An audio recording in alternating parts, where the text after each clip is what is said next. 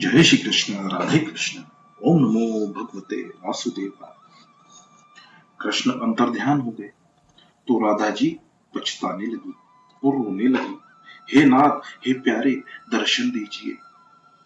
राधा जी कृष्ण को पुकारती हुई, पछताती हुई, रोती हुई अचेतन सी हो गई। कृष्ण को ढूंढती हुई कुछ गोपियां इधर आ गई तो राधा जी को अचेत आया। ज्ञान मार्ग में ध्यान प्रधान है, भक्ति मार्ग में भगवान के गुणगान, भजन, कीर्तन प्रधान है। अपने दोषों का निवेदन करते हुए प्रभु के गुणों का गान करोगे तो उनको तुम पर दया आएगी। माधव तो गान प्रिय है। एक बार वैष्णवों ने देखा कि जगन्नाथ जी के नए नए वस्त्र रोज रोज फट जाते हैं। भक्तों ने भगवान से कारण पूछा। जगन्नाथ जी ने बताया, गीत गोविंद का गान करती हुई एक कन्या वन में घूम रही है। उसको सुनने के लिए उसके पीछे पीछे मारा मारा फिरता हूं, सो वन की झाड़ियों में उलझ जाने से मेरे वस्त्र फट जाते हैं। भगवान ने भागवत में कहा है, मैं अपने निष्काम भक्तों के पीछे पीछे चलता रहता हूं, जिससे उनकी चरण रज उड़ती हुई मेरे ऊपर आती रहे। विरह व्याकुल गोपियां श्री कृष्ण के गुणगान करने लगी। यही है गोपी गीत। गोपियों ने सोचा, यदि यमुना किनारे जाकर स्तुति की जाए तो श्री कृष्ण अवश्य प्रकट होंगे। गोपी गीत का पाठ तो बहुत तेरे लोग करते हैं, किंतु यह पाठ गोपी भाव से करना चाहिए। ईश्वर से मिलने के लिए व्याकुल हुआ जीव इस जगत में कहीं भी चैन पा नहीं सकता। यदि अत्यंत आर्त स्वर से भगवान को पुकारोगे तो आ मिलेंगे। अतिशय आर्द्रता से गोपी गीत गाया जाए। दिवस में हमेशा 3 बार स्तुति करो। गोविंद दामोदर स्तोत्र में कहा गया है, सुखावसेन, दुखावसेन और देहावसेन स्तुति करो। दुख के प्रसंग में सोचो कि दुख पहाड़ जितने होते हैं, फिर भी भगवान ने तो तुम्हारे पाप के प्रमाण में अपेक्षाकृत कम ही सजा दी है। गोपी गीत का छंद है इंदिरा। इंदिरा अर्थात लक्ष्मी। गोपियां लक्ष्मी है, सो गोपी गीत इंदिरा छंद में निबद्ध है। सखियां परमात्मा की स्तुति कर रही हैं। कन्हैया, तेरे ही कारण तो अपनी और वृंदावन की शोभा बढ़ गई है। पहले यहाँ सौंदर्य था ही नहीं। नाथ, तेरे ही आगमन से व्रजभूमि शोभायमान हो गई है। मानव शरीर ही तो व्रज है। यदि इस शरीर व्रज में प्रभु प्रकट होंगे तो उसकी शोभा और बढ़ जाएगी, उसकी कीमत बढ़ जाएगी, उसकी जय जयकार होगी। व्रज शब्द के अर्थ इस प्रकार है, भगवान के पास ले जाने में हमें जो सहायक होता है, वैसा यह शरीर भी व्रज ही है। इस शरीर की शोभा वस्त्र आभूषणों में नहीं है, भागवत भक्ति से ही इसकी शोभा बढ़ती है। नाथ, आपके ही कारण मेरे व्रज शरीर की शोभा है। आपका प्रकट होने पर ही हमारी शोभा बढ़ पाई है। शरीर का सिंहासन जब काम, क्रोध, मद, मोह, लोभ, मत्सर से मुक्त होगा, तभी परमात्मा दौड़ते हुए आएंगे। तुकाराम और मीराबाई की आज भी जय जयकार होती है, कारण उनके शरीर व्रज में विकारों ने पांव तक नहीं रखा था। उन्होंने अपने शरीर और हृदय को ही व्रज बना लिया था। बड़े सम्राटों को जगत भूल जाएगा, किंतु शंकराचार्य, वल्लभाचार्य, मीराबाई, तुकाराम, नरसिंह मेहता को कौन भूल सकता है। इन महापुरुषों ने अपने हृदय गोकुल में श्री कृष्ण को पधराया था। जगत गुरु शंकराचार्य सा ज्ञानी आज तक कोई हुआ ही नहीं है, फिर भी वे अपने हृदय में श्री कृष्ण को हमेशा बसाए रखते थे। कन्हैया, हम तो केवल तेरे लिए ही जी रही हैं। तेरे बिना काल हमें सताता है। नाथ, वैसे तो हमें कोई गरज नहीं है, फिर भी शरणागत की रक्षा करना क्या तेरा कर्तव्य नहीं है? शरणागत जीव की उपेक्षा न करें। हर कहीं, हर किसी में हम आपको ही ढूंढती रहती है। भक्त तो सर्व में एक ईश्वर को ढूंढता है। सभी में जो ईश्वर को ढूंढे वह गोपी है। हे नाथ, हम आपकी दासी हैं, हम आपकी हैं। हमें दर्शन देने की कृपा करें। पहला श्लोक प्रभु के गुणगान का, कीर्तन भक्ति का है। प्रभु के दर्शन की उपेक्षा है, सो उसमें दर्शन भक्ति भी है। प्रभु के हेतु ही प्राण धारण किए हैं, अतः आत्मनिवेदन भी है इसमें। दयति से सख्य, आपकी शब्द से दास्य आदि साधन रूपा भक्ति के भेद सूचित है। हे नाथ, आपने अजामिल से पापी पर भी कृपा की थी, तो क्या हम पर नहीं करेंगे? क्या हमें दर्शन नहीं देंगे? हे नाथ, आपका चिंतन करती हुई हम अंधेरी रात में वन में मारी मारी भटक रही हैं। हमारी उपेक्षा करना आपको शोभा नहीं देता। हे नाथ, हम और तो कुछ नहीं मांगती हैं, हम तो आपकी अशुल्क दासी, बिना मोल की दासी है। अपनी भक्ति निष्काम भक्ति है। इन गोपियों की बात में आत्म तिरस्कार नहीं, दैन्य है। आपके नेत्रों से हम बंध गई हैं। नेत्र बाण द्वारा किया गया प्रहार वध ही तो है। हम समझ गई आप दयालु नहीं, आप निष्ठुर हैं।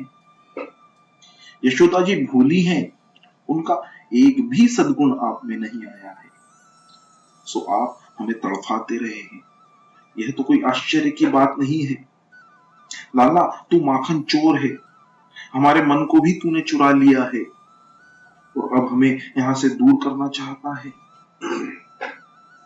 कन्हैया बोले, मैं तो चोर हूं, फिर मुझे क्यों पुकारा जा रहा है? चोर की मैत्री भी कोई करता है क्या? गोपियां बोली, चोरी करने के लिए ही तो हम तुझे पुकार रही हैं। तू तो चोरी करता ही है, तेरी आंखें भी चोर ही हैं। विषमय यमुना जल से, अजगर रूपा अघासुर से, इंद्र की वर्षा से, बिजली से, बवंडर से, दवानल से, वृषभासुर से, व्योमासुर से, सभी प्रकारों के भय से आपने हमारी बार बार रक्षा की है। तो फिर है कन्हैया, आज तू क्यों निष्ठुर बन गया है? यदि हमें मारना ही था तो उन आपत्तियों से हमारी रक्षा ही क्यों की? कन्हैया बोले, क्या हमारी रक्षा करने का उपकार नहीं करेगा? तूने कालियनाग, अघासुर, बकासुर आदि राक्षसों से हमारी रक्षा की और आज विरहासुर से हमें मारने चला है।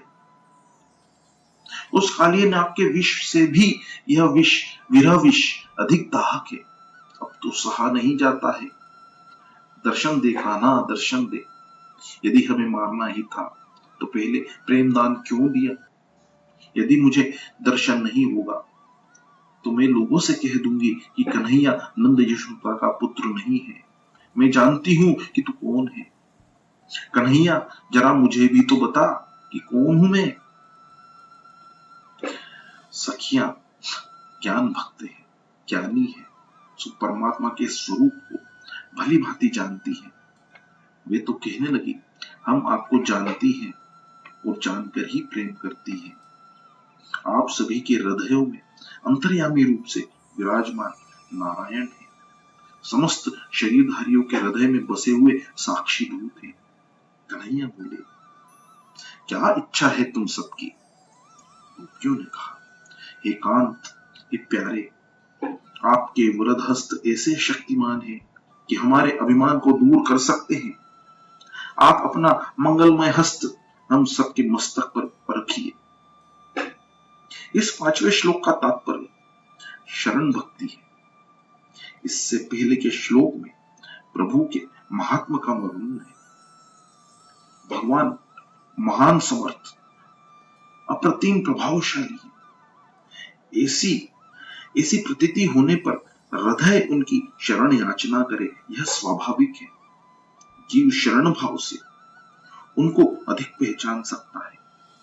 प्रभु प्रेम के मार्ग पर गोपी जन आगे बढ़ती हुई शरण याचना करती है कि जिससे सभी प्रकार के भयों से मुक्ति मिल जाए। श्री कृष्ण बोले, इतनी सारी सखियों में से मैं किस किस के मस्तक पर हाथ रखूं? समय तो बहुत लगेगा, सो मैं पहले दूसरे भक्तों के काम निपटा लूं, फिर तुम सबको स्पर्श लाभ दूंगा। गोपी बोली, नहीं कान्हा, उनका काम बाद में कर लेना, पहले हम पर कृपा कर। हम तेरी हैं, तू हमारा है, तुझ पर सबसे पहला अधिकार हमारा ही है। तू व्रज जनार्दन है, ब्रजवासी के दुखों का नाश करता है। अन्य भक्त तो ब्रजवासी है नहीं। कन्हैया, हम एक ही गांव के वासी हैं, सो तुझ पर पहला अधिकार हमारा है। तेरा अवतार ही तो हम ब्रजवासियों के उद्धार के लिए हुआ है। व्रज भक्त किसे मानेंगे? क्या गोकुल, मथुरा, वृंदावन में रहने वालों को? नहीं, ऐसा नहीं माना जा सकता। जो निस्साधन भक्त है वही व्रज भक्त है। साधन करते हुए साधन से कभी तृप्त न होना निस्साधनता है। ऐसी भक्ति करने वाला हर कोई व्रजवासी है। अपने पाप पर्वत जितने हैं और साधन अल्प है। सभी पाप कैसे जल पाएंगे? भगवत कृपा से ही पाप जल सकते हैं। ऐसी नम्रता आनी चाहिए। सभी प्रकार के साधन करते हुए भी अपने को निस्साधन मानने वाला जीव ही व्रज भक्त है। दीन हृदय ही व्रज भक्त है। कन्हैया, तेरे और भक्त तो कुछ न कुछ साधन करते ही होंगे। वे तो योगी, ज्ञानी या कर्मनिष्ठ होंगे। उनको तो किसी न किसी साधन का अवलंबन भी है, और हम तो हैं निरावलंबा। हम तो तेरे ही सहारे हैं। हम तो गांव की अनपढ़ गोपियां हैं। तू ही है हमारा आधार। जीव निराधार बन नहीं पाता है, अतः वह भगवान को पा नहीं सकता है। गोपियां तो ध्यान आदि सब कुछ करते रहने पर भी मानती है कि वे तो कुछ नहीं कर पाती है। ऐसी भावना रखने वाला ही व्रज भक्त है। साधन की अकड़ रखने वाला भक्त व्रजवासी नहीं हो सकता। कन्हैया, हम तो यह भी नहीं जानती कि ध्यान किस प्रकार किया जा सकता है। हम गांव की अनपढ़ अबला तेरी शरण में आई हैं। हम निस्साधन हैं। तुम पर पहला अधिकार हमारा है। सभी साधन करने पर भी जिसे साधन का अभिमान न हो, वही निस्साधन भक्त है। सत्कर्म और साधन अभिमान बढ़ा देता है। सो सत्कर्म और साधन की पूर्ण आहुति में मंत्र बोला जाता है, मंत्रहीनम क्रियाहीनम। साधन करो किंतु हृदय से नम्र बनो। उद्धत जीव कृष्ण को पसंद नहीं है। मैं तो निरअभिमानी हूं, ऐसा मानना और कहना अभिमान है। जब हृदय नम्र बनता है तब हर कहीं भगवान के दर्शन हो पाते हैं।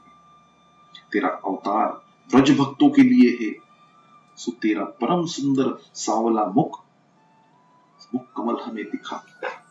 तेरे दर्शन के बाद तुम्हारी मेरे दर्शन के बाद तुम्हारी क्या इच्छा बाकी रहेगी? श्री कृष्ण बोले, अंतरंग के संयोग और बहिरंग के वियोग की यह बात है।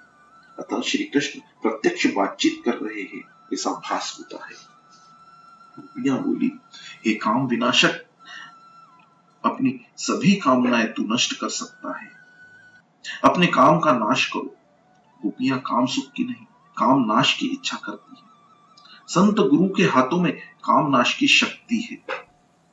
आपका हाथ अपने मस्तक पर फिरते ही अपनी बुद्धि में से काम वासना नष्ट हो जाएगी। अपने चरण हमारे हृदय और मस्तक पर पधराइए। श्री कृष्ण बोले, क्या मेरे चरण इतने सुलभ हैं कि हर किसी के हृदय पर पधराता फिरूं? गोपियां बोली, तेरे चरण गायों के लिए सुलभ हैं, तो क्या हमें भी उनका लाभ न मिल पाएगा? हम तो गायों से भी अधिक दीन बनकर आए हैं। तेरे चरण तो तरण चरानु है। गायों गायों के लिए तुम्हारे चरण सुलभ हैं, क्योंकि तुम दोनों एक दूसरे के आगे पीछे चलते रहते। क्या गायों के लिए सुलभ और हमारे लिए तेरे चरण दुर्लभ हैं? भगवान बोले, क्या मुझे गोपाल मानती हो तुम? गोपियां बोली, नहीं नहीं, तुम तो श्री निकेतन हो, तुम्हारे चरण तो श्री लक्ष्मी जी के निवास स्थान रूप है। तुम्हारे चरण तो लक्ष्मी जी नित्य अपनी गोद में रखकर सेवा करती रहती है। श्री कृष्ण बोले, मैं अपने चरण तुम्हारे हृदय पर पधराने के लिए तैयार तो हूं, किंतु एक डर भी है मुझे, तुम्हारे अभिमान से विशेले हृदय पर मैं चरण पधराऊं तो उसका असर मेरे चरणों पर भी हो जाए तो? गोपियां बोली, आप तो हमारी भावना की हंसी उड़ाते हैं। आप तो फणी फणाकृत विशेले काली नाग के मस्तक पर आरूढ़ होकर नर्तन करने वाले हैं। काली नाग का विष कुछ असर न कर पाया तो हमारे हृदय का विष आपको क्या कर पाएगा? और अगर हमारे हृदय विषैले भी हों तो फिर भी तुम्हारे चरण उसे अमृत बना देंगे। तुम्हारे चरण तो सभी प्रणाम करने वालों के पापों को मिटा देने वाले हैं। गोपियां विनती करती हैं, नाथ, हे नाथ, अपने अधरामृत का पान कराकर हमें जीवन दान दो। श्री कृष्ण बोले, श्री कृष्ण, तुम जी रहे हो फिर भी कैसा जीवन दान मांग रहे हो? तुम्हारे प्रेम में कुछ कपट भाव है।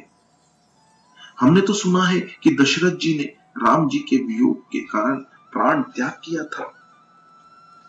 राम राम कही राम राम, राम राम कही राम, तनु पर हरि रघुवर विरह, राम गयो सुरधाम।